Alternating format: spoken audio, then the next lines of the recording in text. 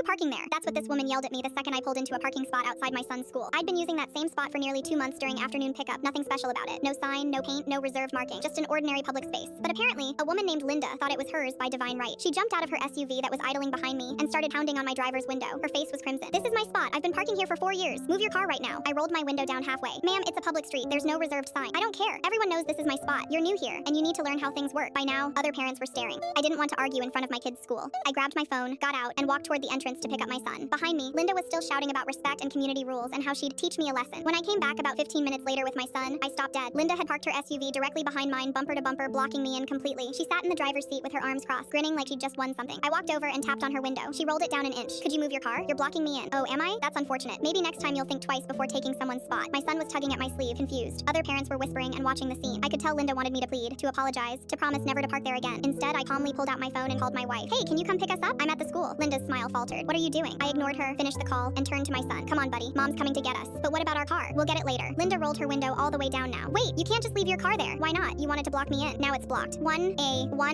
But I have to leave. I've got errands." I shrugged. "Maybe you should have thought about that before playing parking cop." Her face went from smug to desperate. "This is ridiculous. Move your car." "Can't. You're the one who boxed me in." My wife arrived about 10 minutes later. Linda was still sitting in her SUV, now on her phone, clearly trying to figure out what to do. As we drove past, I saw her gripping the steering wheel, stuck in her own trap. The next morning, I rode the bus to work. On the way, I passed the school. My car was still there, untouched. Linda's SUV was gone. She must have come back during the night to move it. I could have driven my car home that day, but I didn't. I took the bus again. For the next 2 weeks, I committed. Buses, taxis, carpools, whatever it took. My wife thought I was being insane. "You proved your point. Just get the car." "Not yet," I said. It cost me around $180 in fares. Stupid, yes, but I was determined to out stubborn Linda. I saw her at pickup when my wife went instead. She looked restless, glancing around the lot, probably wondering why my car hadn't moved. Other parents started talking, asking whose car was still sitting there. I didn't care. 2 weeks later, on a quiet Saturday morning, I took a taxi to the school. My car was exactly where I'd left it, layered in dust and pollen. I started it up, drove home, and smiled the whole way. Monday came, school run again. I pulled into that same parking spot. Linda's SUV was 3 spaces down. She saw me, hesitated, got out, grabbed her kid, and walked straight past without saying a word. No shouting, no window banging, nothing. She's never said another thing about that parking spot. Neither has anyone else. Now, when I pull in there, parents just nod and wave like that space was always mine.